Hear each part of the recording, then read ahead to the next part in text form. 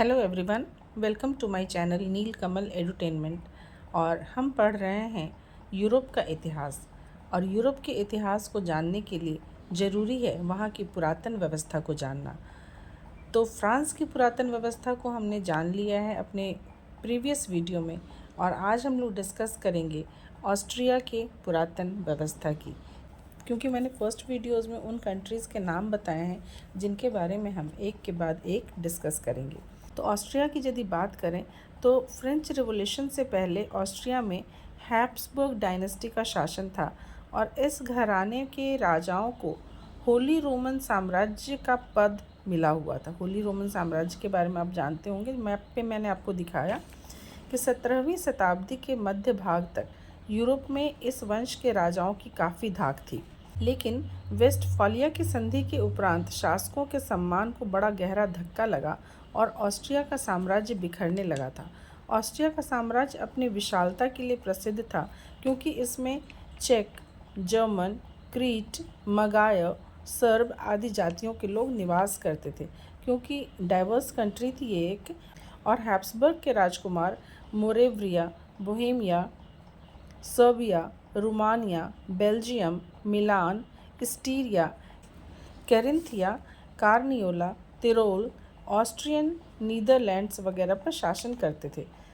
तो जैसा कि हमने देखा कि ऑस्ट्रिया के सम्राटों को लंबे समय तक होली रोमन एम्पायर के सम्राट होने का सौभाग्य प्राप्त हुआ था, अतः उनकी शान शौकत बहुत ही ज़्यादा थी, यानी कि उनकी शान शौकत देखते ही बनती थी। लेकिन एक दुर्भाग्य था कि सम्मानित होते हुए भी पवित्र रोमन सम्राट होने के कारण उनके अधिकार अत्यंत कम थे। तो जिन जिन राज्यों की अभी हमने चर्चा की, जिसका हमने अभी नाम लिया, वो ऐसा नहीं था कि एक थे, वे एक्चुअली बिखरे हुए थे।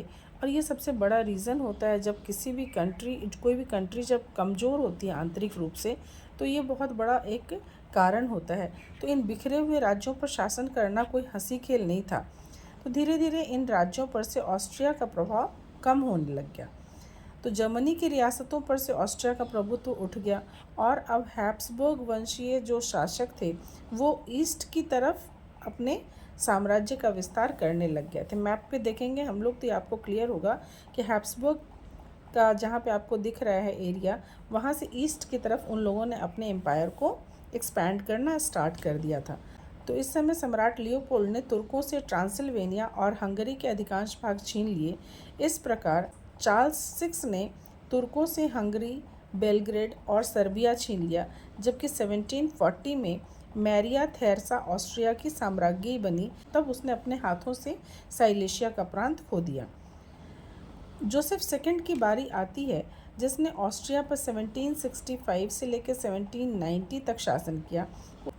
उसने अपने साम्राज्य के राज्यों के लिए एक शक्तिशाली केंद्रीय शासन कायम करने का प्रयास किया।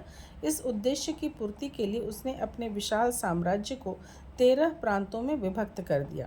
प्रत्येक प्रांत का शासक एक गवर्नर बनाया गया। तो जोसेफ ने अपनी प्रजा को धार्मिक स्वतंत्रता प्रदान की और साम्राज्य में शिक्षा, व्यापार और आवागमन में सुधार लाया। लेकिन जोसेफ को वांछित सफलता नहीं मिली, क्योंकि वह अन्य क्षेत्रों में भी सुधार लाने का अभिलाषी था। लेकिन धीरे धीरे उसकी लोकप्रियता घटने लग गई थी, जिसका प्रमुख कारण ये था कि जोसेफ ने जर्मन भाषा को राजभाषा बनाकर सारे प्रांतों में इसका प्रचार कर दिया था, यानी लोगों के ऊपर इस भाषा को इम्पोज कर दिया था। इसके फलस्वरूप अनेक प्रांतों में उसके विरुद्ध विद्रोह उठ खड़े हुए। ऑस्ट्रिया के साम्राज्य में विभिन्न जातियों और धार्मिक विचार के लोग निवास करते थे, जो अपनी अपनी भाषा बोलते थे। अतः एक जर्मन भाषा को किसी भी तरह ऑस्ट्रिया के साम्राज्य में पल्लवित नहीं किया जा सकता था। तो स्पष्ट था कि फ्रेंच रिवॉल्यूशन के समय ऑस्ट्रिया के राज्य बिखरे थे, वहाँ के निवासियों में फूट घर करने लग गई थी।